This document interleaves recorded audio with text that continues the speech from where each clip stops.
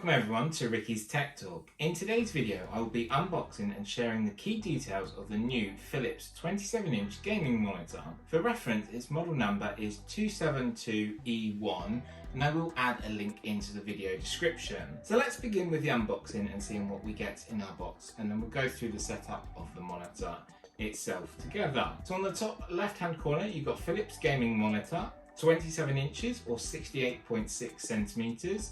It's an LCD monitor, which is a VA panel as well, just to let you know. Its resolution is 1920 by 1080, which is full HD, so that's great. Coming over to the right hand side here, we've got gear up for a clear advantage, which is going to be really good when it comes to our gaming. So really nice, crisp, clean images, coming very quick thanks to 144 Hz refresh rate. You've got 1 millisecond response time, which is MPRT, so that's going to be really fast and very responsive. It also offers Philips Smart Image Game, which allows you to optimize your viewing for gaming experience. It has built-in speakers, or most people will use gaming headsets. Has height adjustment, which is really good. You've got a large column and base there, which is handy. Not much movement by the looks of it though, but we'll take a look at that.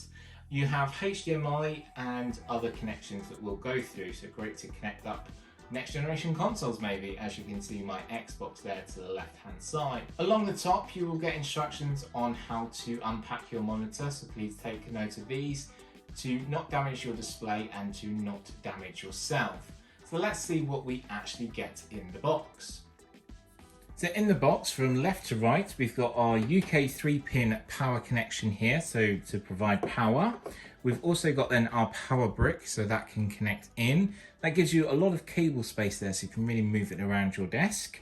We then have a HDMI connection, so like I said, you can add your next generation consoles, or you could add in your Mac Mini. I've got a Mac Mini sat here. We then have paperwork. There's also a CD in there for drivers still, or they can be downloaded off the website. And then finally, we have a DisplayPort cable, so you can connect in via a GPU if you want to, or a DisplayPort connection. So that's everything we get there. Let's take a look now at the column and stand. So our column is actually on our monitor already, and that's the way it will come in the box. And here is our stand, so quite a large pedestal.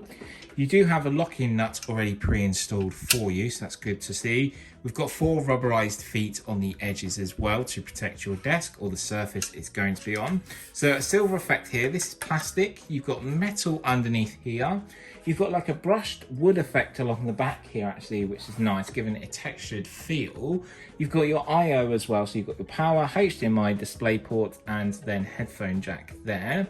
You could take this off if you want to, and you could use a VESA mount. You can see the 4 screws there, and you can add a VESA mount. We also have a Kensington lock, and our buttons are along the front, I believe, on this monitor. To connect this on, you can see our 4 points here, and that will correlate to the 4 points that we have here.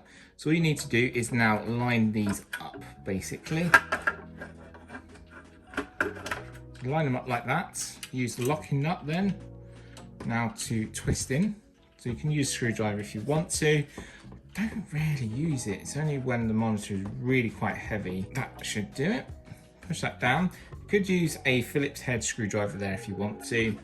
Grab the column and stand here, lift up, and all that's left to do now is to plug in and see what our monitor looks like. So I'll be right back. Now the monitor is set up, I just want to share some key features before I end this video, but I will make sure to bring a full review in about a month's time. So please make sure to stay subscribed to the channel to be updated with all of my latest videos. And we are getting so close now to 30,000 subscribers, which is truly unbelievable. So some of the key details here is that it's a VA display, which means it's a vertical alignment, so your images will look crisp and clear from a wide viewing angle, which is really nice to see. It also offers AMD FreeSync, so premier tear-free and stutter-free fluid gaming, so that's really helpful, paired with 144 Hz refresh rate. So that offers you an ultra smooth and brilliant images. So that means like fast motion in cars, fast motion in games. So I'm just looking at Forza Horizon at the moment. That's really quick, really fast moving, especially next generation stuff as well. If anyone's seen Horizon Zero Dawn, Forbidden West, that looks great, and also some fast driving games such as the new Forza and the new Gran Turismo from Sony. You also have 1 millisecond response time, which is MPRT, so fast response for crisp images and smooth gameplay. Again, this all links in. You have the Smart Image Game Mode, which is optimized for gamers, and you can press a button and it goes through the list, and I'll show you that in a second. And then also you have ultra wide color and wide range of colors for a vivid picture, so you'll get to see every color come alive from your games, or even if you are using it for productivity. If you are using it for productivity, less eye fatigue thanks to flicker-free technology. Also, it has a low blue mode, which reduces that harmful blue light, so you can actually look at your monitor for a lot longer period of time. So that's really helpful, two things to have there. So it has built-in stereo speakers for multimedia, so you can use that if you want to, or you can use headphones. They're downward firing, but it should sort of come this way, and we'll test it out with the games as well. They also offer 16:9 full HD display, so the aspect ratio is 16:9 for crisp detailed images, which we'll take a look at during the review. And you've got smart contrast for rich blacks and details. And they've got a picture of zebra to sort of really show the differences there. And I can actually pull that up when we went to Woburn Safari and we saw a zebra really up close. So I can pull that up and really test that out as well.